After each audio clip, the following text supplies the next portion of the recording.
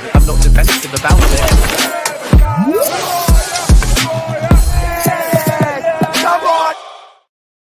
Yes, people, what's happening? Welcome back to the channel. Welcome back to another live stream, and welcome to all your latest Chelsea news and, of course, match preview for the big game away at Leeds tomorrow. As always, guys, we've got a packed show. We've got transfer news in regards to January. Chelsea got a long-standing interest in Murillo. Apparently, a deal for Maignan is not going to be revisited, as well as Chelsea's plans for the January transfer. And we've got all the latest team news and news ahead of the game against Leeds on Wednesday from Enzo Maresca's press conference. And of course, we will go through the team potentially for tomorrow's game as well, and anything else you guys want to discuss. Big up to everyone that's already locked in. Make sure you're smashing the likes. Make sure you subscribe if you are new round here. And of course, guys, we've already passed the 19K mark. We hit the 19K mark yesterday. Big up to everyone for all the continued support. Please do keep subscribing. We're on the big push now to the 20K. So if you're not subscribed, make sure you smash the subscribe button. Keep smashing up the likes, chat. And yeah, big up to each and every single one of you. Before we dive into proceedings, people, just a quick reminder, as always, make sure you check out Jersey's FC Soccer Shop. Link is in the description, chat. Make sure you use code BLUEBROTHER for 20% off, free customization, free shipping, names, numbers, patches, whatever you want on the back. Make sure you're looking fresh throughout this season, guys. Great quality, affordable prices. Use code BLUEBROTHER for 20% off at Jersey's FC Soccer Shop. That is enough about that, because you lot don't want to hear me bang on about that. That's not what we're here for. Let's say hello to a few of you in the chat, and then we're going to get this show on the road. Big up to God of Frogs. Murillo would be an excellent addition. Also, totally fine not going for Maignan. Would like to see Penders and Sanchez battle for number one next season. We're going to dive into that. Sell tossing by Murillo. By the way, no pun intended, we're going to dive into that. Didn't even think about that, but I thought it was actually quite good, to be fair. I hope they target a powerhouse centre-back. Yeah, the centre-back thing's interesting. Yes, up the Chelsea, big up. A player like Murillo is what our back line needs. Fair. Strong, not afraid to put a tackle in. Yes, big up to Pierre. Guys, make sure you are subscribing, as I've said. Big up, bro. Yes, big up, brother. Thank you, thank you. Appreciate all the support. Yes, big up, big up. Yes, welcome, welcome. Do you think Reece might get rested at Leeds and be on the bench? Yeah, I think Maresca said as such anyway. Like, Reece tomorrow is not playing 90 minutes. So he might start the game, and it might be pre-planned like it was at Burnley, where he plays 45 minutes, he comes off at half-time. Maybe he just plays the second half. Maybe he plays half an hour. Maybe he doesn't play at all. But one thing's for certain is he's not playing 90 minutes. Yes, big up. Title race starts tomorrow. Yeah, but maybe it does. Maybe it does. Who knows? Who knows? Yes, big up, brother. But let's dive into it then, because obviously, chat, we are now in December. And, excuse me, the January transfer window is around the corner. Now, before we get into what Chelsea might or might not be doing, let's start with a couple of individual players. Because, let's just find it now. No, it would be good if I could find it. Here we go. So, this is from The Athletic. They've done a... Oh, Grok can piss off. Oh, we've done a... Oh, what's going on here? And I don't want analysing post. Yeah, The Athletic, obviously, as they do, they release their transfer deal sheets. You know, information about what teams may or may not be doing in the build-up to the January window. And according to Simon Johnson, Chelsea have held a long-standing interest in Murillo. I think we knew that anyway. There have been links to Murillo in previous transfer windows. But this is the bit that doesn't make sense to me. But he is considered at the starter level, so is not on their radar. The focus is more on succession planning and players for the future. Now, the way that I'm reading this and the way that this comes across is that Chelsea are not looking to sign a starting level centre-back. What they're essentially saying here, or how I'm interpreting this, and maybe you lot in the chat might look at this in a different way to me. But how I'm reading this is Chelsea like Murillo. They've had a lot of interest in him, but he's considered at the starter level. So basically what that means is that Chelsea think Murillo is too good for what they're looking for, and the club are not looking for a starting level centre-back. They're looking for younger, up-and-coming players to eventually fill the gaps of players, maybe such as a Fofana, a Chalobah, a Badiashile, or whatever, when these guys move on. Now, I've always maintained, and I've always been of the opinion throughout the summer, is that Chelsea need to sign a starting quality centre-back. Yes, we've got Colwell, yes, we've got Fofana, but, a real top quality centre-back to really kind of elevate the back line. Now, this to me seems like, well, actually, that's not what we're looking to do. Maybe we're going to just recall maybe an Anselmino and a Sarr, one or both of them will be part of the first team squad next season, and that will be the centre back signing. I don't see, and obviously, chat, transfers in football is very, very fluid situation. A lot can change between now and January, now and next summer. But from what is being reported in this article, December 2nd, the wording here very much strikes me as Chelsea don't want a starting level centre-back. It's like, look, Murillo, we like you. You're probably going to cost a lot of money, but actually, you're too good for what we're looking for. We're not looking for a player of your quality. We're looking for someone who is still up and coming. So you look at Chelsea, right, chat, and you look at the current crop of centre-backs, and you've got Wesley Fofana, you've got Tosin, you've got Chalobah, you've got Badiashile, and you've got Levi Colwell. So you've got those five. You've got Josh Achimpong, who's played there. And you've also got Mamadou Sarr and Anselmino on loan. So you've got 8 centre-backs, right, on the books at the club at this point in time. Disasi 9, but I don't count him as a Chelsea player. He's gone. So you've got 8 centre-backs on the books, right? Okay, which is a ridiculous amount of defenders in the squad. So you've got 8 centre-backs, right? Now, whether they're good enough or not is a separate question. And there's going to be, obviously, I think, a bit of a reshuffling of the centre-back department. I think the likes of Tosin could well be sold in the summer.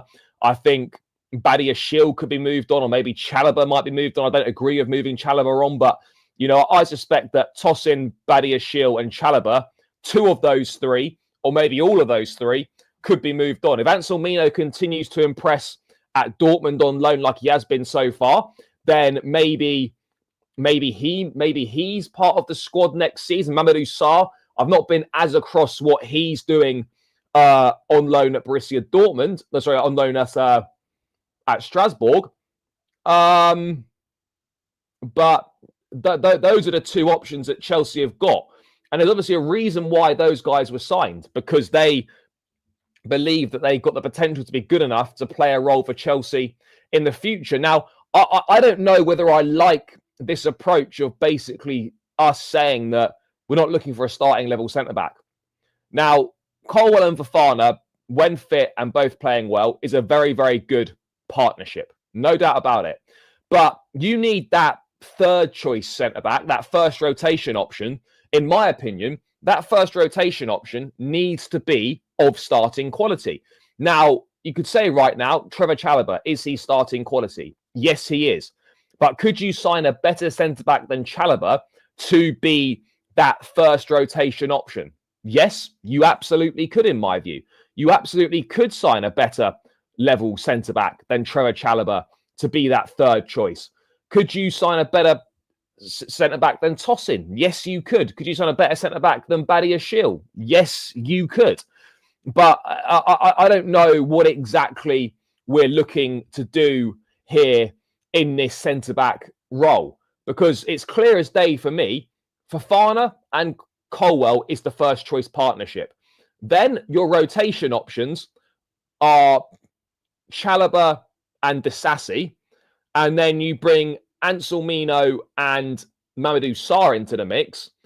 There's too many numbers here. There are too many numbers here. 2 or 3 centre-backs have got to go.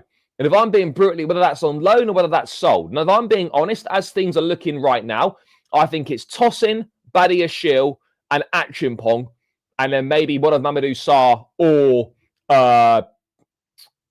Anselmino is sent on loan. I think, like we saw with the front line in the summer, there's going to be a big overhaul and a big reshuffling at centre-back. I just don't know how much I agree with and how much I like this wording here that Chelsea don't want a starting level centre-back. I just don't get that.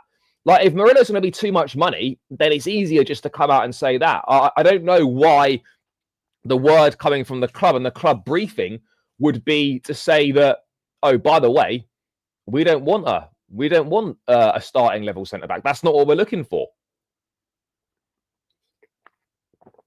You've then also got that Ordonez bloke who's going to be coming in from Ecuador in January 2028. It's a strange one, isn't it? It's a strange one. Now, of course, just because this is the line coming out from the club at this current point doesn't mean that the club line can't change, and doesn't mean that the club line won't change. These are important things that we also do need to realise here. So does this mean the board are not listening to Maresca because didn't he say he wanted a centre back? Yeah, look, everyone knows Maresca wanted a centre back to replace Colwell. Maybe now that the idea is actually, you know, we've improved a lot defensively, which we have. Maybe the idea now is to stick with what we've got, you know, develop an Ansel Mina, develop a Mamadou Sarr. One of those two guys will come in and be part of the squad next season, and then the centre backs we're going to be signing, we're really going to be upgrading on rotation options. Maybe they're looking to bring in a younger player than a Badiashile and a Tosin with slightly more, with potential to grow. That's perhaps that's perhaps the situation that we're looking at here. I would agree that Chalobah is enough as a third choice. I do agree on that. But if you can bring someone better in, then fair enough. But Chalobah is a third or fourth choice. If he had to be a fourth choice, it's more than good enough as well. It really is. If someone's better than Trev, then they will be at a standard that won't want to be a backup. And this is a key point as well, chat. This is the situation, right? It's very difficult to find players who are really good that are prepared to be a rotation option. Now, Trev suits the role perfectly. He really does. He's good enough to play for the first team. But then I think he'd also accept being a rotation piece at Chelsea as well. The problem is, how much better than Trev can you get to do that rotation role? Because as Chelsea Dad 5 says, you know, once the standard starts going up, those players aren't going to be wanting to accept a rotation role or a third choice centre back role. So this is the juggling act that you need to find when you're looking to do this. Because for me, if you're just looking to move on slightly older players like a Tosin for profit, or moving on a Badiashile or whatever, and you bring in younger, hungrier players.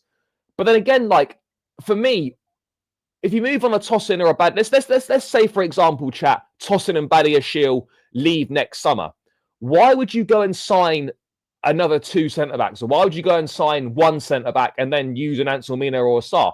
If two centre-backs are leaving in the summer, which I believe two centre-backs will leave in the summer, why would you not then just trust what you've got in Ansel Mina and Sarr and replace those two centre-backs with the younger players in Ansel Mina and Sarr? That's my point. If you're going to get rid of centre-backs, you've got two centre-backs who you've bought and you believe in and who are impressing on loan. Why would you not just go and put them into the squad and replace a Tosin and a Badiashile or whoever it is with those two players? I'm just a little bit confused by this. I'm just a little bit confused by it. A little bit. I don't want to say I'm baffled by it. Maybe I am slightly baffled by it. I just don't really get this trail of thought here. It's like, nah, you're too good for us. We don't want you. It's a strange one. Agreed.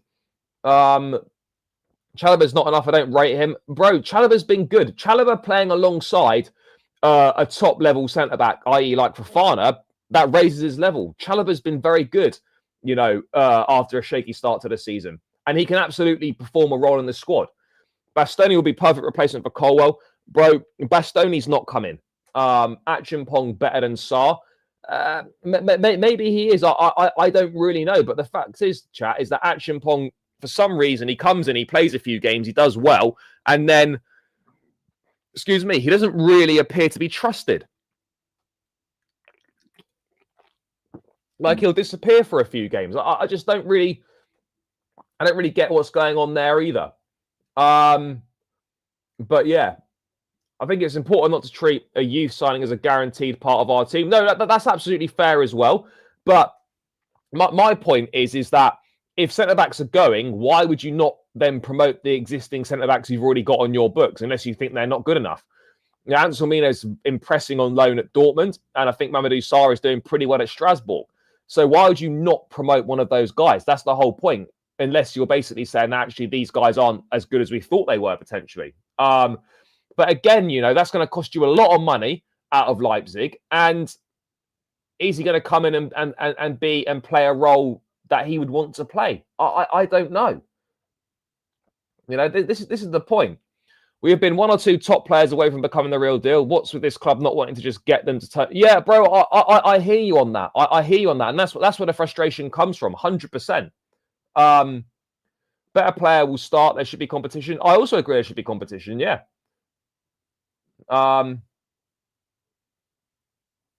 Yeah, bro. I've always maintained that despite Achimpong's talent and despite how much talent there is there and his potential and how well he's done when he has played, the fact that he comes and he plays, he does really well, and then he just disappears and doesn't really play that much for a run of games afterwards. That for me doesn't really, I don't really understand that. It doesn't really make sense, and that would be a concern of mine. And I wouldn't be surprised if Josh was sold in the summer or certainly loaned out. I mean, there were loan inquiries for Josh in this summer just gone, and they were turned down, but he's not really played very much. So yeah, it's a strange one. Dortmund wanted Josh in the summer. Maybe if Anselmino comes back, we send him Achimpong next season. I don't know. Fofana has been injury prone, but this season he's not looking like he's injury prone. It looks like he's coming back. He's coming back to full fitness, and that's a real positive. He played 90 minutes against Barca, 90 minutes against Arsenal, in two very positive performances there. So I think that's something that we've got to be happy about.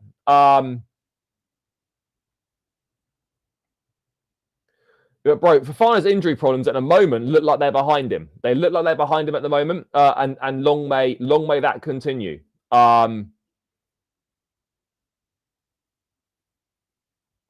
No, of course there's no guarantee when you come back from an ACL injury, but Fofana had an ACL injury and he's performing at a pretty decent level right now. So look, I've got no reasons to fear that Colwell won't come back and reach the levels that he did before. I believe that he can, and I believe that he will. Big up, brother. Why is it our project isn't as attractive as the Arsenal one at present time? I don't necessarily agree with that. Chelsea are signing a lot of players, players that Arsenal wanted and whatnot. So I don't think that necessarily is the case. I don't necessarily believe that to be the case. But Arsenal are in a position where they're more ready to sort of challenge now for the top trophies than perhaps Chelsea are. But yeah, look, they did in the summer, yes. But again, things could change. Achimpong might not be happy with the minutes he's getting with his development and whatnot, and might want to move on to get to get more regular minutes. That's the situation that we find ourselves in at this point in time. Chat, almost 70 in the building, only 32 likes. Please keep smashing the like button. Subscribe if you're new around here as well. We're past 19k now. But guys, get these likes up. We need to get this up to 50 likes ASAP. Chat, it really, really helps me out, and it's not a difficult thing to do. So please do get cracking, people. Levi Andrew going to take a while to recover. Look, I don't disagree with a top centre back needing to come in, but I'm not sure at the moment whether Chelsea are looking to do that. That's the only issue for me. Look, a move for Murillo would make sense, but when the money it's going to take, upwards of 50, 60 million pounds, you don't spend that on a player to come in and sit on the bench as a centre back. You just don't. So these are decisions that need to be weighed up. Mudrik's not going to Strasbourg, no. Yes, smash up the likes, people. Yes, so that's the latest on the centre-back situation and the situation with Murillo right now. There have been links with Chelsea and Murillo, but ultimately it doesn't look like that is going to materialise at this point in time. Of course, maybe stuff will change between now and the summer. You just don't know. But right now, Murillo looks like he's off the cards at this point in time because Chelsea clearly are not looking for a starting level centre-back. So we're going to move away from the centre-back news and the Murillo news, and we're going to move on to news about about Mike Maignan, because again, Mike Maignan is someone who has been strongly linked with Chelsea. We turned down the chance to sign him in the summer, and there were reports we might go back in for him in January. There were reports that we might we're going to revisit it and whatnot. Maybe we'll get him on a free in the summer. At this point in time, according to Simon Johnson in The Athletic, a deal for Mike Maignan will not be revisited. Chelsea are happy with their goalkeepers. Now, the Maignan one's interesting because now with the form of Sanchez, right, hindsight's a great thing, but with the current form of Sanchez and the form that Sanchez has been in this season, you can look back and say that, do you know what? Chelsea were vindicated in their decision not to sign a new goalkeeper in the summer because Robert Sanchez is playing really well. However, despite how well Sanchez has done this season, if there's an opportunity to upgrade the goalkeeper, then I think there are a lot of Chelsea fans who will say that that needs to be done and that decision should be taken. Sanchez does need competition. Jorgensen is not providing competition, really. He's been very, very disappointing. He's been poor in the games that he's played this season. He's not really lived up to expectations. He's not getting the football that he wants. He wants to leave. But at the end of the day, Chelsea will only sanction a departure if they can get another goalkeeper in. Now, the chance of Chelsea being able to get another goalkeeper in January is strange. I understand why Jorgensen wants to leave because he's got a chance of being the Danish number one at the World Cup, and he needs to be playing regular football in order to fulfill that. So yeah, it is a tricky one. It is a tricky one. But yeah, in terms of not revisiting the Maignan deal, I just don't want this to be like some sort of Sanchez purple patch, and then he has a difficult finish to the season or a difficult second half of the season. And because we believe the hype that he'd got better and whatnot, that we pass up on an opportunity to bring a Maignan in. Magnan's been very good for AC Milan this season. And look, Chelsea believe in their current goalkeepers. Mike Penders, yes, he's doing well at Strasbourg. He's still only 20 years old. I don't see the benefit of Penders next season being a number 2 at Chelsea or competing with Sanchez. He'd benefit from another season out on loan. And Jorgensen clearly doesn't want to be because he's not playing enough football, and Jorgensen clearly isn't good enough. So these are the things that we sort of need to weigh up. Look, we could afford it, yes. Are we willing to spend that money? I don't think we are. What time am I setting off tomorrow? I think I'm getting the train. I think I'm getting the train around early afternoon, sort of lunchtime-ish. Get there in plenty of time. Don't want to be on the train in rush hour time. Absolutely not. Is Jorgensen still throwing his rat out the pram? Jorgensen wants to play more regular football. Not a surprise at all. But it's up to Chelsea whether they let him go, because a replacement will have to come in to preserve the depth, as we've discussed. Yeah, agreed. Yeah, I agree, bro. Penders needs to be left at Strasbourg. Penders doing well this season. Let's see how he continues there. But at the end of the day, for me, Penders should be doing what Courtois did, and it should be 2 seasons, maybe even 3 seasons on loan. And he comes back and is number 1 then. I don't think Maignan is overrated. No, Wharton doesn't play centre-back. Murillo will be back to Colwell and Cucurella. He's an upgrade on Hato.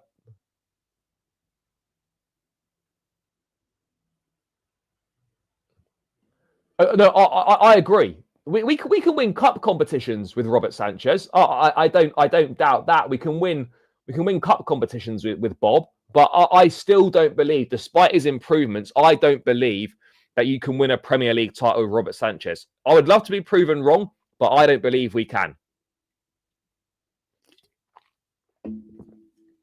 That's just my personal opinion on it. I don't believe we can. Kasper Schmeichel ain't the best, but he's better than Jorgensen. Yeah, look, Schmeichel, I mean, Jorgensen's not particularly good. Bro, he is. Of course, Maignan is I think Maignan is a top 10 keeper in the world. People are just suddenly talking about that Maignan shit. He's not. But look, it looks like Chelsea are happy with their goalkeepers. The Maignan situation seems very much like Chelsea are not going to be revisiting the situation. That could change at some point. That could change. They may look to revisit it in the summer potentially, unless Maignan agrees a pre-agreement with the club in January, in which case it definitely won't be. I just hope we're making the right decision here, because there's not an awful lot of top quality goalkeepers around, and there's very rarely are there top quality goalkeepers available on a free or at a bargain price.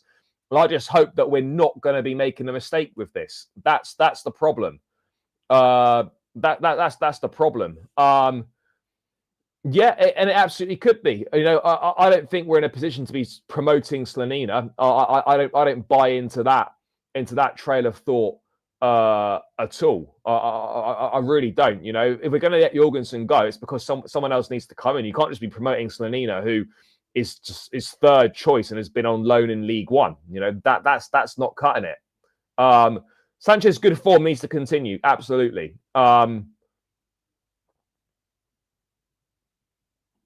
Look, to win a Premier League title, no, Sanchez has improved massively this season and hasn't been a problem and deserves praise for his form. 100%. 100% he deserves praise for his form. There's no doubt about it. No, Maignan wouldn't come to be a backup. And this is the thing. Maignan would come to be a first choice, but I don't know whether he's going to get that opportunity. That's the thing. So that's where we're at with the goalkeeping situation. Penders wants out for the World Cup. I understand that, but the ball's in Chelsea's court. Jorgensen will only leave if Chelsea sanction it, and Chelsea need a replacement. You're not going to be calling back Mike Penders mid-season, utterly pointless. And where are you going to find a short-term goalkeeper to come in for 6 months whilst Penders goes on loan? Because Penders would be loaned out. I don't think Chelsea would do a permanent sale of Penders in January. So, look, the club are clearly happy with their goalkeepers right now. But as I said before, I just worry that we could be making a mistake by passing up an opportunity like this to get ourselves a good goalkeeper, even if it's only on a short-term deal for a couple of years or whatever. That for me, I think that's a decision worth taking. I think it's a decision worth taking, chat. But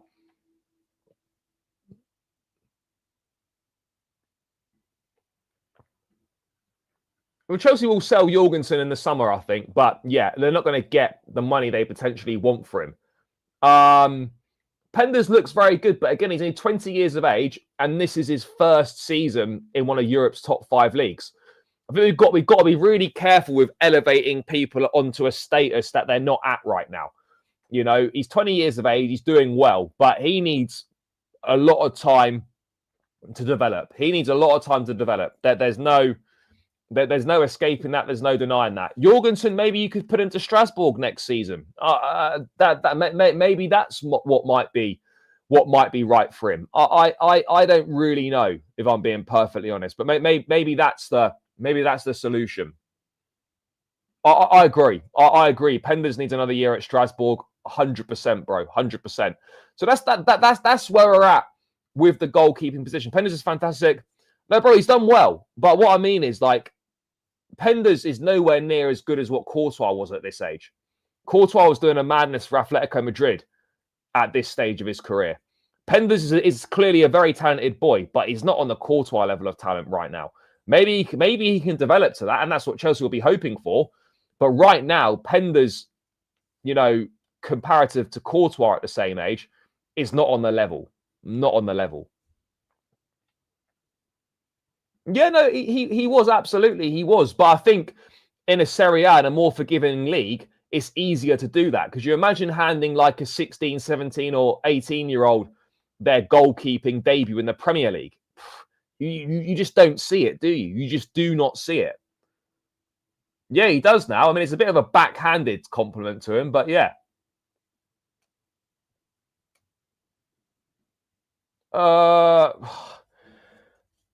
I don't really know.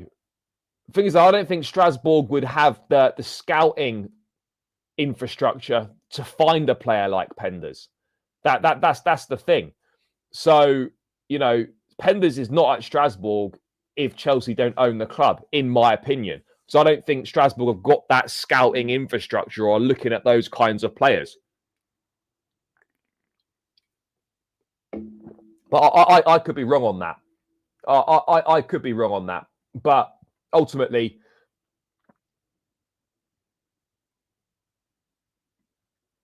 you know, we have to see. Chat, we're almost at 50 likes. Please keep smashing the like button. It helps me out more than you can imagine. So make sure you are doing that. I would be forever grateful, people. So make sure you are smashing that like button and keep subscribing if you're new. We are now on the final push to 20k. I remember, chat, the Esteval shirt is being given away at 20k. Don't forget, chat. So make sure you are subscribing. If you have not seen the Esteval shirt, then I will be giving it away if I can find it. Oh, is this it? Is this the Esteval shirt? Is that the Esteval shirt? No. Hold on, chat. Yeah, here we are, chat. So let me take my screen off. So at 20k, chat, the Esteval shirt will be given away. The tag is still there. Don't worry about it. It's not some knockoff that I've just scrambled out the cupboard. Esteval on the back, Chelsea third kit. We've got the Champions League patch there as well. Yeah, we've got the old Club World Cup badge. And then obviously the Esteval on the back, people. That is what we've got there to give away at 20k when we get there. That is the prize, and that is what will be given away, people. So make sure you're liking, make sure you're subscribing for your chance to get your hands on the Esteval shirt. But anyway, that's enough about that. As soon as, Clear Lake have made a massive improvement to Strasbourg. There's no doubt about it. Strasbourg are a really young and exciting team, by the way. Really young and exciting team right now. And that's because of Clear Lake, you know, and Blueco. Yeah, Barco looks very, very good. No, because Jarrell Hato's been signed to do that. So look, maybe at some point they will. Bro, Slovenia is just not good enough. Let's get to 75 likes. People boost. Yes, people run it up. Big up for Chelsea. Yes. What happened to Chelsea getting a front of shirt sponsor? Right now, bro, nothing appears to be happening on that front. It is a problem. There's no denying that. It's a problem. The Oracle stuff, you know, there was news about Oracle in the international break, and apparently a deal was very, very close to that. But right now, it's that seems to have been over-reported. People seem to have jumped the gun, and the Oracle stuff don't really seem to be very close at all. So I don't really know what's going on there. And at the moment, there's been very little updates since during the international break, where reportedly an Oracle deal was close, but now an Oracle deal is apparently not as close as what was first made out. Bro, we're not, again, Barco, we've just bought Hato. I don't see anything happening in that one. Bro, there's no space, there's no room in midfield. That's the thing. There's no space in midfield. There's no space in midfield. That's the situation. There's no space in midfield, people. Yes, run it up, run it up. Chances of Palmer and Esteval both starting tomorrow? I would say slim. I would say slim to none, in my view. We are going to get onto the Leeds game shortly. Don't worry. We will try and get onto that. Not try. We will get onto that. Sorry. But we're just going to finish off doing. We're just going to finish off doing the transfer stuff, and then we're going to dive into the game. Another couple of bits, very briefly, chat. Very, very briefly.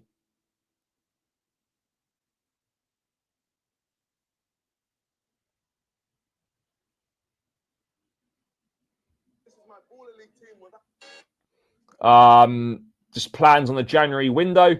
Let's just bring this up now. This is what they're reporting. Lovely picture of Winstanley and Stewart there, patting themselves on the back. Well done, lads. Well done, lads.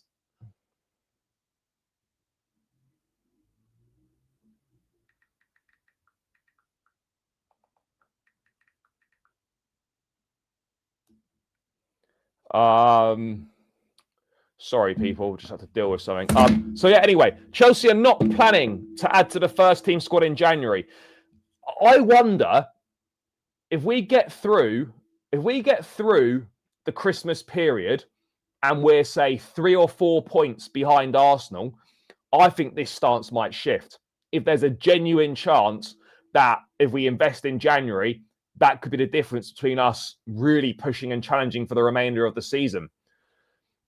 I think if we're in touching distance, like 3 to 5 points, then I think we'd be stupid not to revisit that and invest and try and push and maybe even cause a massive surprise.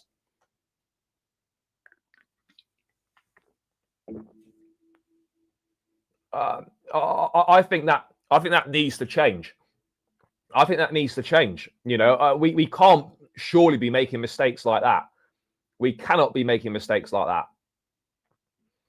December is a huge month for us. If we can rack up back-to-back wins and get through Leeds and Bournemouth, bro, I'm telling you now, winning Leeds and Bournemouth will be massive because Arsenal, for me, are not winning in the next 2 games. I think they'll beat Brentford, but I don't think they're winning away at Villa on Saturday. I really don't think they're winning away at Villa. I really don't. So that's going to be points drop there. You know, that'll be points drop there. So, yeah, for me, this week now is absolutely huge for Chelsea.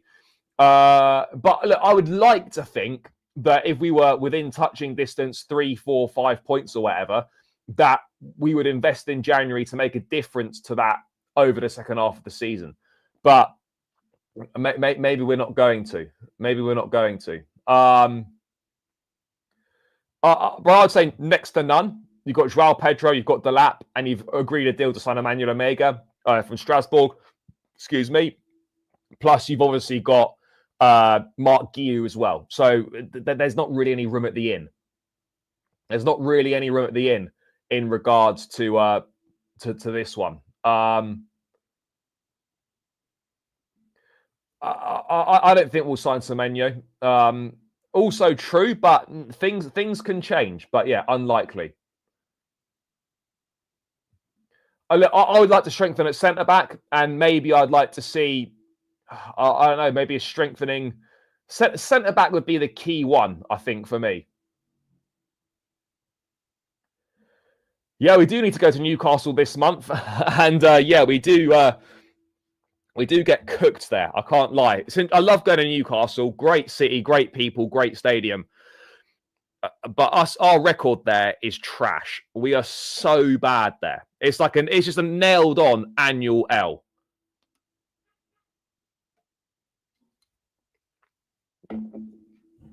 It's just an annual L. That's what we do. It is difficult, you know, and again, it is tricky. It is tricky. I don't think so. I think Liam Delap will start. I would expect Liam Delap to start against Leeds. That's what I would expect. I don't agree that Semenyo wouldn't suit us. It's just obviously with Quenda coming in next summer, there's no room for any more wide players. That's the point that I'm making here. We're not going to sign Mark Gurhey, I don't think. Yeah, but it's the same thing we say every window, and every window that goes by, we don't seem to do anything about it. So, yeah, that for me is an issue. But hey, other than that, chat, right now, I think January is going to be very quiet. It'll be outgoings and signings for the future, like that Diana Ordonez signing from Independiente del Valle. And yeah, like I don't think we'll be seeing an awful lot of other stuff. So yeah, that's where we're at with the January window. But of course, things can change as circumstances change. But right now, it doesn't look like there's going to be an awful lot of activity in January. Maybe we sell Tyreek George, maybe we don't. The Sassy Sterling, and then other than that, very, very little. But let's throw it ahead to the Leeds game, chat. Let's throw it ahead to the Leeds game. Everybody's available, but Maresca's saying on a Sugu who did return to training, is that to tone things down. Everyone is fine. Romeo's still recovering. Dario, he was okay and started some sessions with us. He now needs to slow down a little bit. He'll be out again. Hopefully nothing important. So there we are. As you were. Everyone other than Lavia, Asugu, and Colwell. That's it. Lavia, Asugu, Colwell. They're the only players missing. Other than that, we've got a full complement available. Again, Maresca saying that Cole Palmer's fit and ready to start. Obviously, the reason he didn't play against Arsenal because of the way that the game was with a 10 men. Obviously, didn't really make sense to use him and put him into that situation after not playing for 2 months. That's entirely fair. That absolutely makes sense. Absolutely makes sense. This is going to be a tough game. This is going to be a tough game, chat. You know, it really is. We're going to make a number of changes to the lineup. We made one change from Barcelona to Arsenal, very un-Maresca-like. Now, with a short turnaround from Sunday to Wednesday and then Wednesday to Saturday, I honestly think we're going to see 5, 6, 7 changes. And that would be my concern. That would be my concern, is that it's Ellen Road, it's under the lights, it's a tough place to go. Leeds scrapping for their lives. It's going to be a big atmosphere at Ellen Road. Us making a load of changes. Maybe it's going to disrupt our rhythm a little bit. Maybe we're going to find it a bit more difficult to get into our playing style.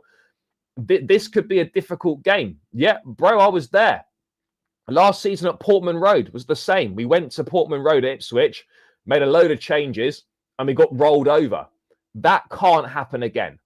That cannot happen again, that sort of performance and that sort of result. I'd like to think that sort of performance and that sort of result won't happen again, but I can't be certain. I can't be certain.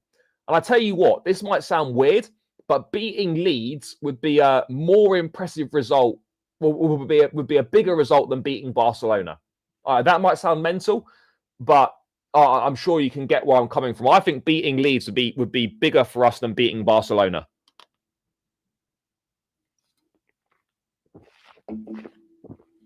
Make of that what you will, guys. Make of that what you will. Because Leeds are going to be bang up for it. Leeds are going to be bang up for it. But look, we've got the quality. Obviously, we've got no Moises Caicedo for 3 games now.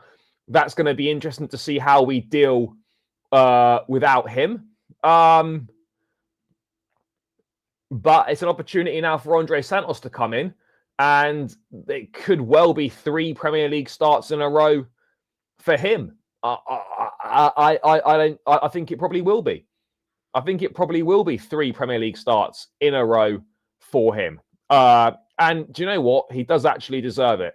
He does absolutely deserve it as well. He would deserve it. But look, let's get into a team. I think we've got to be realistic here that there's going to be a number of changes. How many changes are made? I don't know. Oh, fuck's that. Hold on. Am I sharing this chat? No, I've not shared it yet. Bear with me.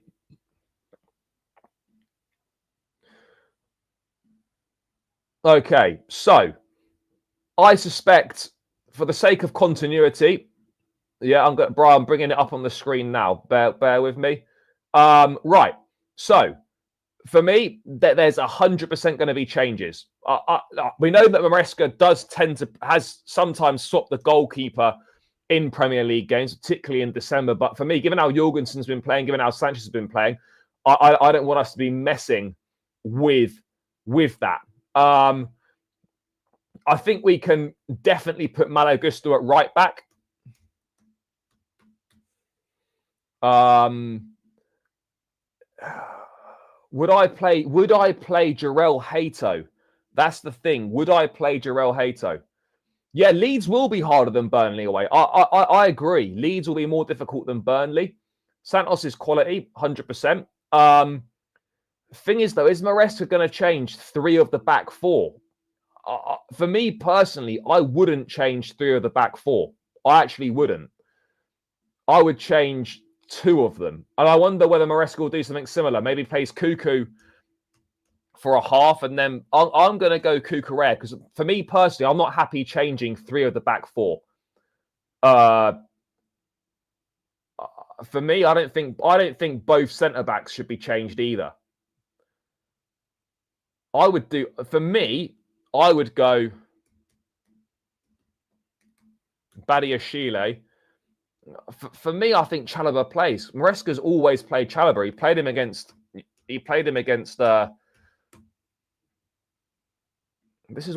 That's the back line that I'd go with. I mean, chat, what are you saying about the back line? Talk to me. Guys, what are we saying about the back line?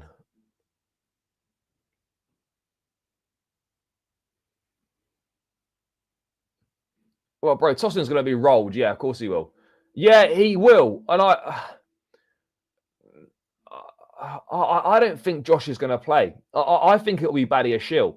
He played Badiashile against Burnley for a half.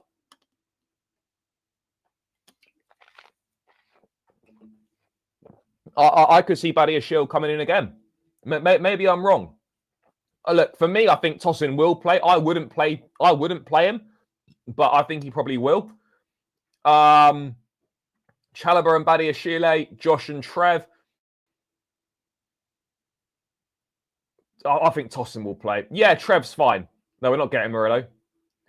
He did play really well, but for some reason he seems to be out the side. This is what I would go with. I'd go with that, because if you start...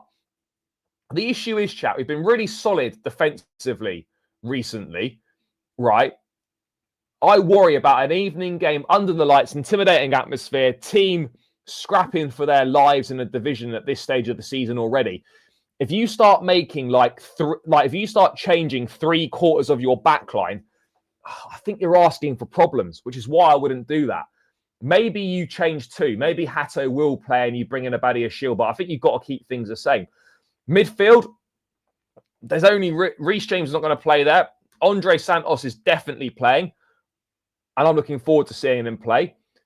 And I would like to give Enzo Fernandez a rest, but that's not going to happen. Maybe he comes off at some point if the game's wrapped up. It's going to have to be Enzo and Andre Santos in there. It's going to have to be. So Enzo and Andre Santos in that midfield. To be fair, I thought that against Burnley, and it was actually okay in the end. But I do agree with you. I did think that against Burnley, but it turned out all right.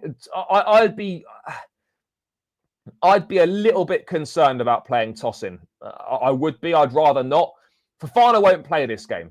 Fofana definitely won't play this game. Maybe he will play. He'll play Bournemouth. Midfield. Those are the only 2 options.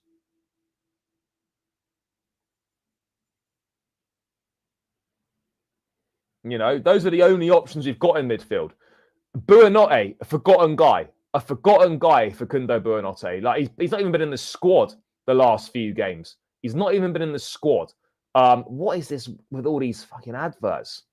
On the wings, I think Garnacho starts.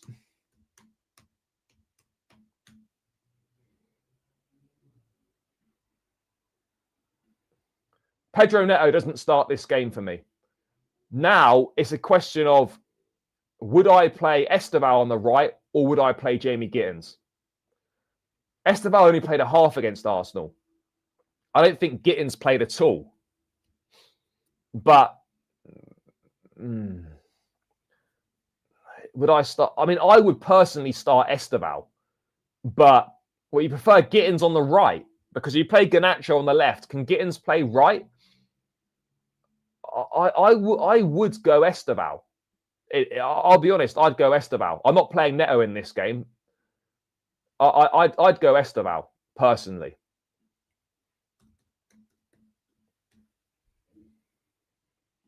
I wouldn't start Palmer in this game either. I'd be bringing Palmer off the bench, but it wouldn't be a total surprise to me if Maresca did start Palmer.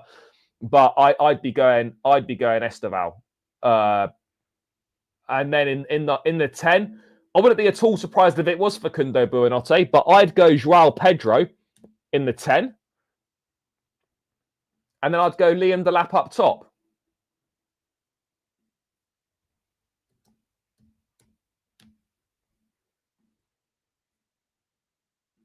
There's rotation in that team. I don't know. I don't think Neto will play. I know Neto started every single game, but you've got to rest him at some point. And do you rest him away at Leeds or do you rest him away at Bournemouth? I think personally, if you're going to rest him, you rest him away at Leeds. You don't rest him away at Bournemouth, in my opinion. That's the team that I'd go with. How many changes is that? 1, 2, 3. That's four changes. I think Maresca will make. The thing is, I think Maresca will make more than 4 changes. I think Hato plays. That's 5. I think he changes both centre backs, and I think he changes Cucurella as well. So I think 3 of the back line change, and I think So I think there's going to be 5 or 6 changes. But I personally wouldn't start Palmer, but I wouldn't be surprised if he would. If he does start. No, João Pedro, not a striker. I fully agree on that. So that's the team that I would go with. Now, there's some decent rotation there. And then there's good options from the bench. You know, you can take off Esteval. You can take off Garnacho. You've got Gittins on Neto to bring on. You can put on Mark Guiu for Delap. You can bring on Reece James for Enzo in midfield to give him a rest if you need to. You know, that for me is a strong enough team to go and get a result against Leeds. You've made some changes, and I think that's pretty good, in my opinion.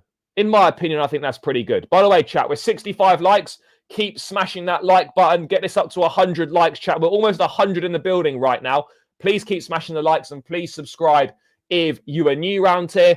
I would greatly appreciate that, people. So make sure you're doing that, chat. Make sure you are doing that. It's a good community here. So, yeah, just help me out a little bit. Just help me out a touch, people. That would be most appreciated. Just a little bit of help, guys. Hato could easily start this game. I've got no doubt about that. Hato could easily start. But, again, when did Hato last play, chat? Was it away at Wolves in the Carabao? Is that Hato's last game? Or was maybe Karabag was his last game. Was Karabag after Wolves? Maybe Karabag was after Wolves. Yeah, maybe Karabag was after. Yeah, Hato's not played for a while. He's not played for a while. Away at Karabag was his last game.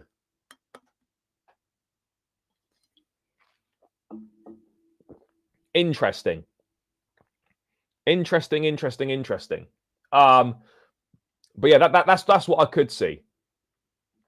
Yeah, he didn't do well away at But that was playing at centre-back, though. That was playing at centre-back. But obviously, Maresca feels that Hato's not really been ready, and it's very hard to drop Cucurella.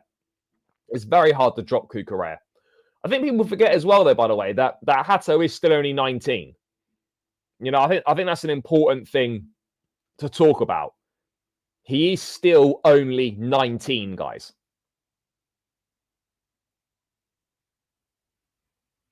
Yes, big up to Energy Donk. Big up, brother. Yeah, it really is that simple. It's just for the algorithm. I don't think it, bro.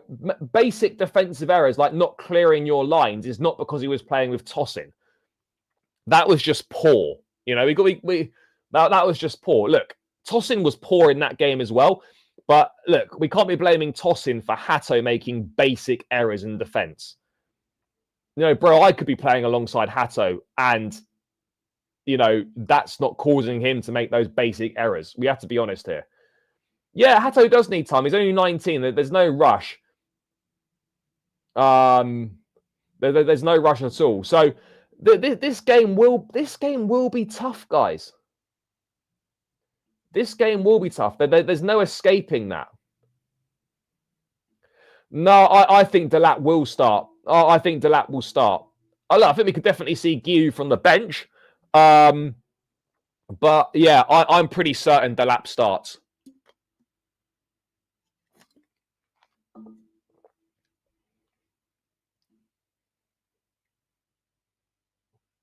The thing is, though, bro, we were never going to get an experienced centre back. We were never going to get an experienced centre back to start this game. You've got to use this. You've got to use the squad, though. You have to use the squad. And Maresca will use the squad. He's encouraged to use the squad. This is look. If we make 7 changes for the game, if we're playing Buonanotte and Guiu up front, Gittins and Garnacho wide, Hato, you're playing Badiashile and Tosin or whatever. I think that's too many changes for a game like this. Absolutely make changes, 4 or 5. I think if you start ranging up to making 7 changes and stuff like that, I'm just like, I think you're taking too many liberties there and you could get stung.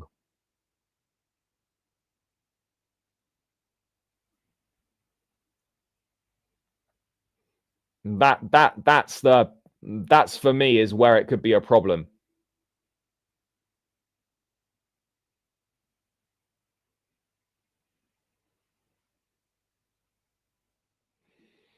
And it might sound weird, chat, but winning this Leeds game would show more progress, would show more signs of progress than beating Arsenal.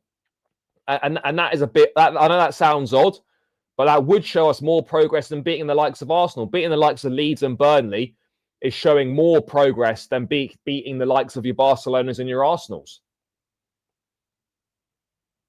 No, you absolutely can't. And yeah, this is a potential banana skin. Absolutely, it is. There's no escaping that fact. This is a potential banana skin, chat. Potential banana skin possible. To be fair, the amount of red cards and bad performance, if you look at our defensive record, it's not that bad. No, it's not. We've conceded, 12 goals in the league this season?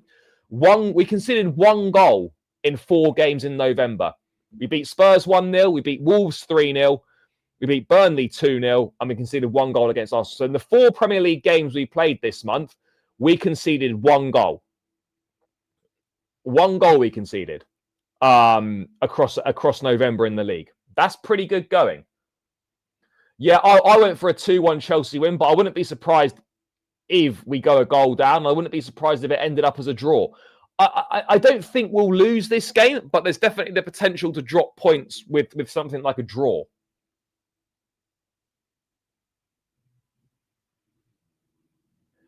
Yeah, bro. Again, there's going to be way more changes than 3. Way more changes than 3. Totally agree. We struggle against the smaller clubs who seem to put everything into playing us. Yeah, absolutely agree. Absolutely agree. If you're title contenders or you want to be challenging for a title, these are the kinds of games that you have to go and be winning. If you're going to be a top 4 side, then drawing these games or losing them, you can do that. But if we want to get to where we should be and where we have to get to, then games like this, you've got to be winning. But yeah, this is the team. This is my team that I would go with for the game against Leeds, chat. This is my team that I would be going with. Whether Maresca goes with anything similar or not, let's wait and see.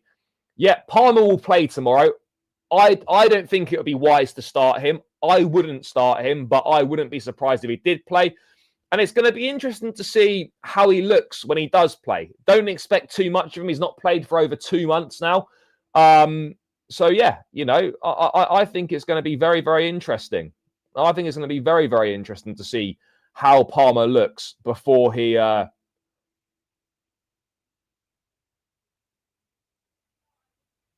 think it's going to be very, very interesting, chat. Very, very interesting. I mean, look, you'd like to think with this lineup, we would win the game. But as I've said, there are no guarantees. There are absolutely no guarantees. We win 3-1, and most important is Palmer getting minutes. I hope so. Agreed. We can't afford any red cards. Again, just make sure we're not mistiming challenges and whatnot. Yeah, we really can't afford to be going down to 10.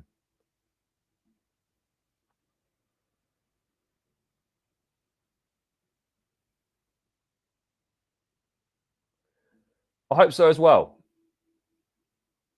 I hope so as well. Yeah, Esteval did start against Arsenal. Yeah, and we got a red card. So there we go. So that's my team that I'm going with. I am backing Chelsea to get a 2-1 win, but I'm equally aware that we're in for a tough evening. We're in for a tough evening. This is two really tough away games. Two really tough away games at the moment. Leeds and Bournemouth, very, very difficult places to go to. Very difficult places to go to. And if we can get, if we got 4 points, right? If we got 4 points from these two games, would I be fuming? Yeah. No, I wouldn't be fuming. I'd take 4 points. But if we can get 6 points from these next two away games, that's absolutely massive. That would show that we have made serious levels of progress. That would show we've made big levels of progress. Beating Bournemouth and Leeds would, for me, be more impressive than the performances against Barcelona and Arsenal. That would be more impressive in my view. That would be more impressive. I know that might sound odd, but that would be a clearer sign of progress and a bigger sign of progress, in my opinion. Now, you lot might disagree with me, but I think that's the way that it is right now. I think that's the way that it is. So, yeah, we're going to have to see, chat. We are going to have to see. I mean, look, if you look at the fixtures we've got in December, right? Let's bring up what Chelsea have got in December, and let's go through how big a month this is.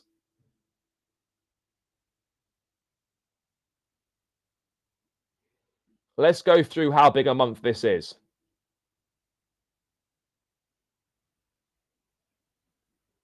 Let me just bring it up now.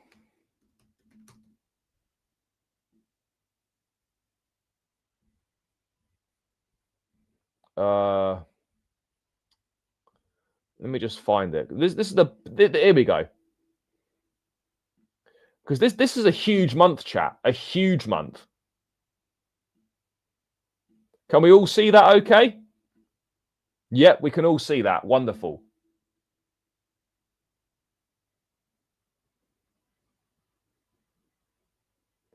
They're only 9 points back. They're only 9 points back. I wouldn't say I wouldn't fully discount them. But they're not backing it right now, but they're not fully out of it. Once they start firing, they're more than capable of getting themselves back into contention. There's no doubt about that. Chat, keep smashing the likes. We're on 70 likes. Please, can we get this to 100? Run it up, people. I'm not entirely sure we're taking 6 points in our next two games. Look, I would agree. It might sound crazy, but Bournemouth might be easier than Leeds. I don't know. Leeds will be difficult. Yeah, no, it's true. This is the period of the season where we do often struggle. There's no escaping that, and there's no denying that. This is where we do tend to struggle, chat. But anyway, let's look at it. So we've got Leeds tomorrow, and then Bournemouth. So there's 2 away games. Then we go to a difficult away game in the Champions League, chat. Away at Atalanta is really tough. Then we're home to Everton, away at Cardiff in the Carabao. Then it's the big one away at Newcastle 3 days later. Then it's Aston Villa at home.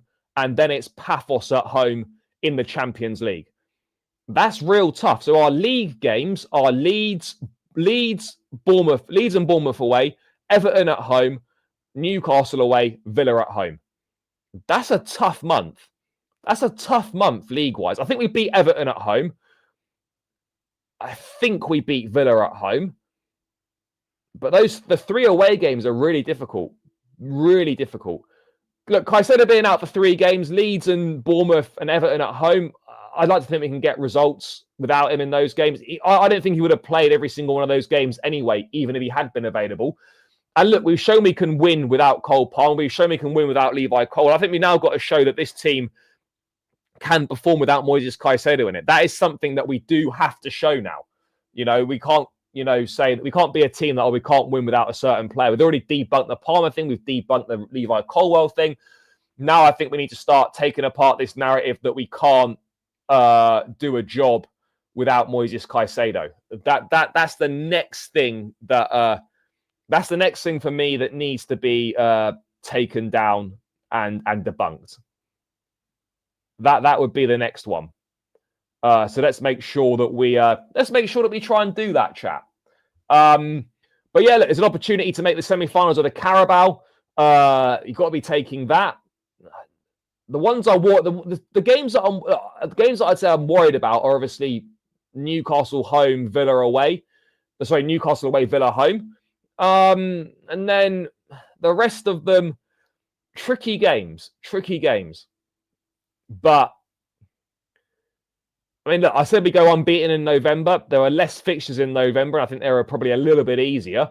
But I think that, look, are we going to go unbeaten this month? Look, we're going to lose one of these games. We are going to lose one of these games. And smart money would be on us losing away at Newcastle because we never seem to do well there. If we could win at St James's, I know this is obviously a couple of weeks where there's still a number of fixtures to get through, but if we could win at St James's, I cannot tell you how big that would be. That would be absolutely massive if we could win at St James's Park. Yes, there's 5 games before then, but it would be huge, chat. It would be really, really big for us. So yeah, let's hope for the best, people. Let's hope for the best in this month. Yeah, I mean, I've never known a fan base moan so much after a game about something. We took the game to them, we bullied them, we were physical with them, they didn't like it, they couldn't beat us with 10 men, and now they're pushing some narratives. It's funny, Arsenal fans are always explaining. They're always explaining something. They're always moaning about something. Yeah, Asugu is suffered a little setback. I'm not taking them lightly, but I'm not. Everton are nowhere near as good as what I thought they would be. Yeah, Arsenal are just excuses. Bro, our record at Newcastle away is awful. So yeah, a win at Newcastle away, that would be a huge statement. That would be one where I'm like, do you know what? Wow. Yeah, we're serious here. We're serious here. If you get a win at Newcastle away, it's like, yeah, do you know what? Cool. We're onto something here. We're onto something here.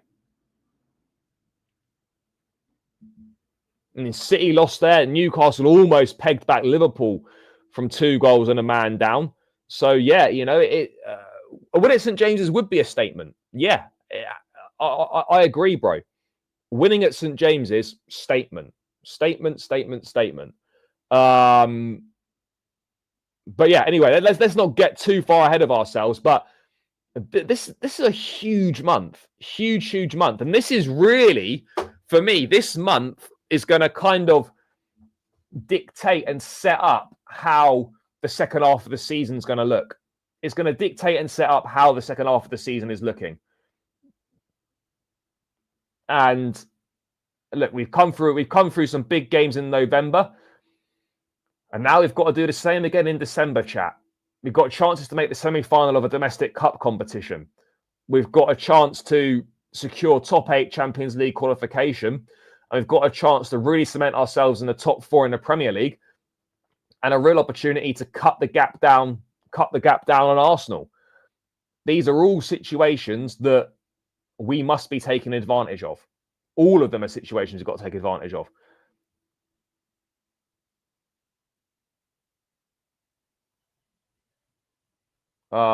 Brentford aren't beating Arsenal at the Emirates. They're just not. And if I'm wrong, I'll apologise to you, but they just aren't beating them.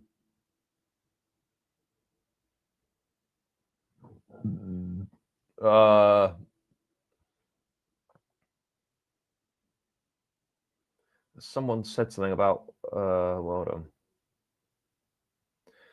Yeah, it's going to be interesting. You look at the Carabao Cup, right? And with the semi-final, the quarter-final draw, you would expect the semi-finalists to be Man City, Chelsea, Arsenal, Newcastle. That's what you'd expect the semi-finalists to be. A two-legged semi-final against either of those teams is very, very difficult. Chelsea, Newcastle, or Man City, if it goes that way. That is very, very difficult two-legged semi-final. The Carabao Cup, though, would be a good trophy to win. It's the first trophy you can win, and it's a trophy right now that we've got the biggest chance of winning. So I would look at that and think, yeah, do you know what? I think we've got a serious chance here. I think we've got a serious chance. Obviously, we've got to get through Cardiff first, and that could be tricky. How many league games are there? 1, 2, 3. There's 5 league games in December, 15 points. I think we've got to be looking at 10. I think we've got to be looking at 10 minimum through this 5 games. 10 or 12. Yeah, I think you've got to be looking at 10 to 12 points in this December run of fixtures. 10 to 12 points for me is what I think would be an acceptable return. I think we'll probably get around 10 or 11. But yeah, 10 to 12 points in my view, that would be an acceptable return.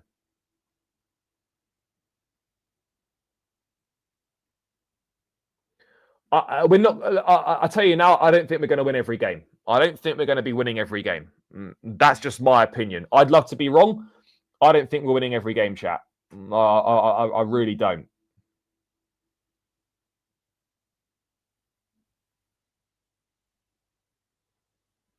I really don't.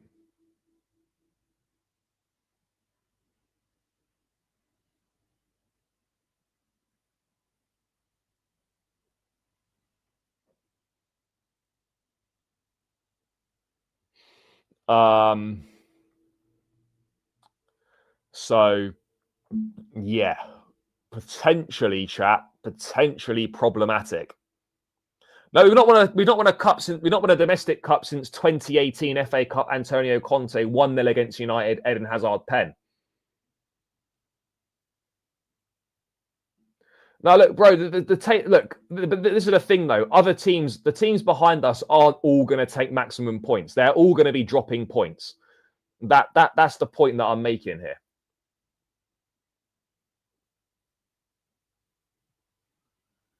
Yeah, I don't know why we're playing. No, is it Bournemouth twice in December? Oh shit, there's Bournemouth as well. There's 6 games in the league. Sorry.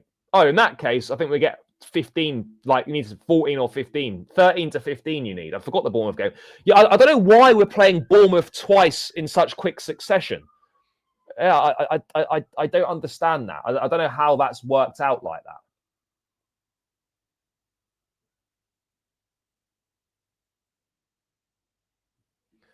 I don't think so. I don't think so. I'd love to be wrong on that, but I don't think that's the case. Yeah, we've got Bournemouth before City, and then the first game of the new year is Man City away, January 3rd.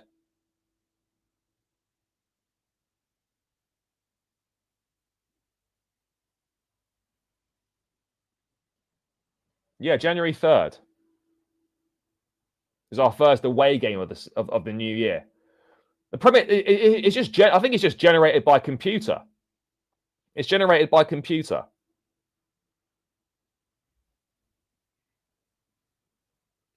No, no. These games aren't going to be moved. No, the games aren't going to be moved. No chance. No chance at all. Is the game being the December games are set in stone now? Then they're not being moved. No, it was a red. It was a red card. There's no denying that. It wasn't a controversial decision at all. It was a red, and that's that.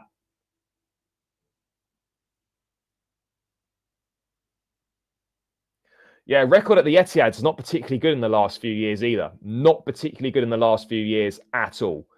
We've got to improve our record at the Etihad. I mean, it's not good, chat. What's less than a month? Yeah, less than a month. Yeah, but we're getting way too far ahead of ourselves. We've got a number of league games to go until we get there, chat. A number of league games. So yeah, huge month coming up. This is the real exciting part of the season now, guys. The run up to Christmas, the games coming thick and fast, different competitions. This is where this table will start to take shape. This is where gaps will start to form. This is where teams will kind of state their case for where they're going to be and how well they're going to do. And we need to make sure that we're on the right side of things. We need to make sure we're going to be on the right side of things, and that's all we can do. Is put ourselves in the best position possible.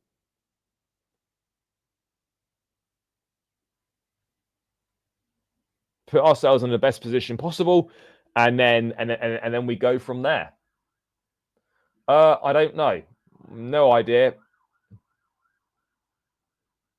Yeah, for sure. I think the big thing that Chelsea need to do now is, right, we've proven that we can be competitive in big games at home. The next thing is taking that to big games away, because we've not been competitive or good in big games away from home. Poor record at Anfield, poor record at the Emirates, poor record at the Etihad, poor record at St James's Park, poor record at Old Trafford. You know, that's the next thing we need to do, is improve our record away from home in big games. We have to. That's the next stage for this team. How can we be competitive and win big games away from home? We've shown we can do it at home. We've now got to transfer that blueprint to games away from home. That's what we need to do.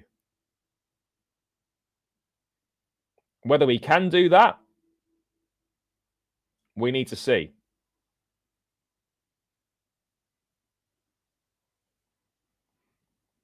You know, that's what we need to show. That's what we need to try and do.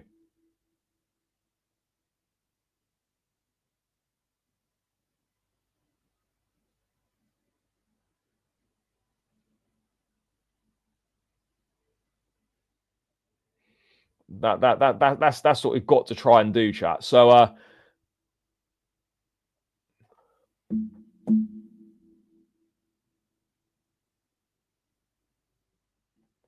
yeah, there's a few. Yeah, absolutely. Look, there's a few little things, chat, that we need to iron out. No, there's no escaping that.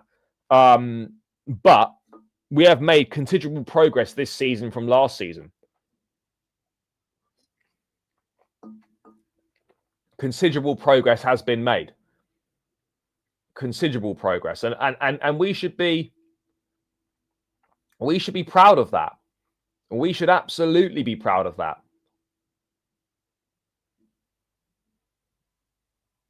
100% we should be.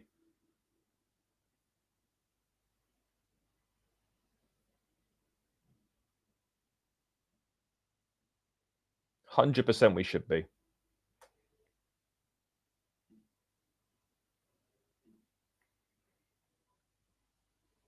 Guiu's going to be the one that goes, I think, unless he does a madness over the second half of the season. I think Mark Guiu is the one who is on his way out. That would be my thought. Chat, we're 20 likes away from 100. Let's boost these likes up. Come on, people. Smash the like button. Subscribe if you're new. All of that good stuff. But yeah, come on, guys. Let's get these final 20 likes boxed off. Would really mean a lot if we could hit the 100 likes target. As always, people, that would be appreciated. So come on, let's keep it pushing. And let's get to work, guys. I think we're always struggling. I just think we find it harder. We maybe don't move the ball enough. Maybe we don't play with enough intensity against that situation. Too slow the build-up play. You know, a number of factors I think come into that scenario as to why maybe we struggle against those sides playing the low block. That would be my kind of that would be my sort of view on it. But yeah, that's December. Huge month, people. I don't think we're realizing how big this is. Absolutely massive. Not good for my bank account either. But hey, there we go. Not doing Atalanta. The rest of them, we will be there. Actually, Atalanta, no. Bournemouth is looking unlikely at the moment as well. But anyway, who cares? No one's interested in that. So yeah, look. Start of a big month, chat. Start of a big month. I'm excited. I think everyone's excited. I think we're all looking forward to it. And who knows how it might turn out? Who knows how it might turn out, guys? But we will be there every step of the way. We'll be supporting the boys. There'll be some good performances. There'll probably be some not so good performances. But as long as we're making progress, as long as we're trending in the right direction, then that for me is the most important thing right now.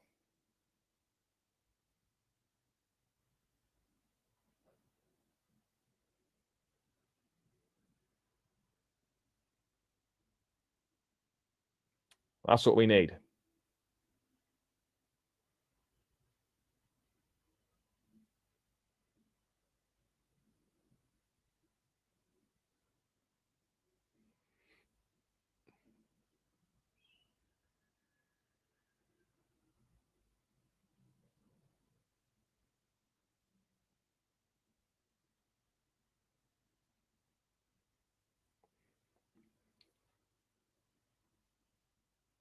Yeah, we do. We absolutely do. Yeah, and look, and that's something that's evolving. That's something we're obviously trying to get better at. We're looking to get better at. But these sorts of things don't just happen overnight. You know, that it does take time to work on that. It does take time to develop that. You know, that there is no escaping that fact.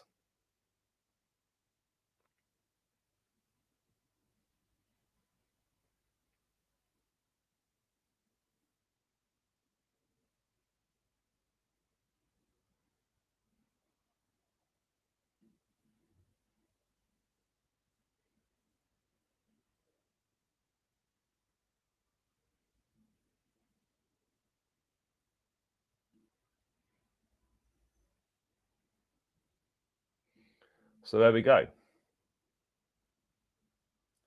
Yeah, this is it. If we come through December, you know, 6 points or less behind, then I think we can potentially look to mount a challenge over the second half of the season.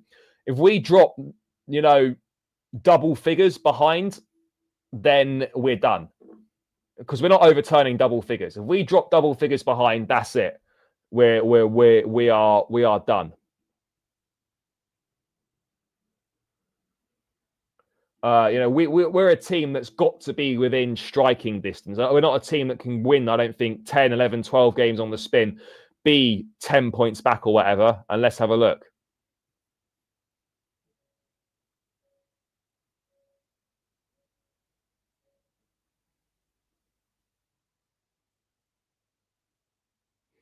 So we'll see.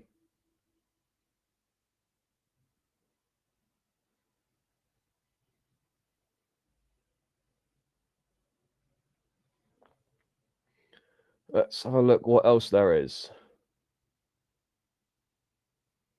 Any last minute bits of news coming out? I don't really think there is. I don't really think there is, but I could be wrong.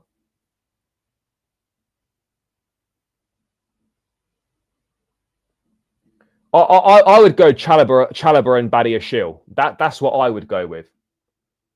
Yeah, we need to see the combo of Palmer and Esteval. That's coming. Good things come to those who wait. Chalobah and Badiashile is my preferred one. Yeah, of course it's going to be exciting. But again, you know, he's not just going to hit that level straight away. It's going to take a little bit of time for him to also get up to speed. So it's important that we don't rush. That we don't rush with Cole Palmer, chat. It's important that we don't rush. I don't think we will, but it's important we don't. I don't see how that. I don't really see how that works. I don't see how that works. I don't see how that works personally, but yeah, I don't see that happening.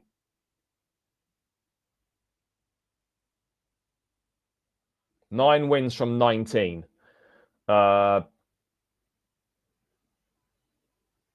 Yeah, maybe Fulham can do something for us. Maybe Fulham can do something for us. Who knows? But again, Fulham doing something for us is only relevant if we can actually then follow up and do our own job. So there's no point looking at other teams trying to do us favors. It's about our teams doing. It's about us doing the right. It's about us doing our job. I don't think Josh will start, but I think Josh will get minutes. Yeah, I think Josh will get minutes. It'll be Enzo and Enzo and Santos in midfield. But Josh, I think, will get minutes against Leeds. I just don't think he'll start personally. You would think so. I mean, we won all 4 Premier League. No, we didn't. We won three of our 4 Premier League games. We won. He'll definitely be nominated. Whether he gets it or not, I don't know. But yeah, I think he's got a very strong case. No, brother, I don't think we will. I don't think we will be. We will be going to market to do that. I don't agree on that one. I don't agree on that one.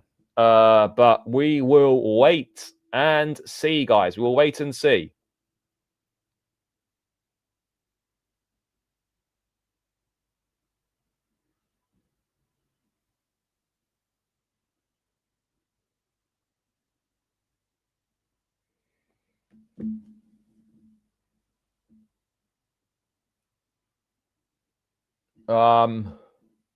What else is coming up? One final flick through chat. And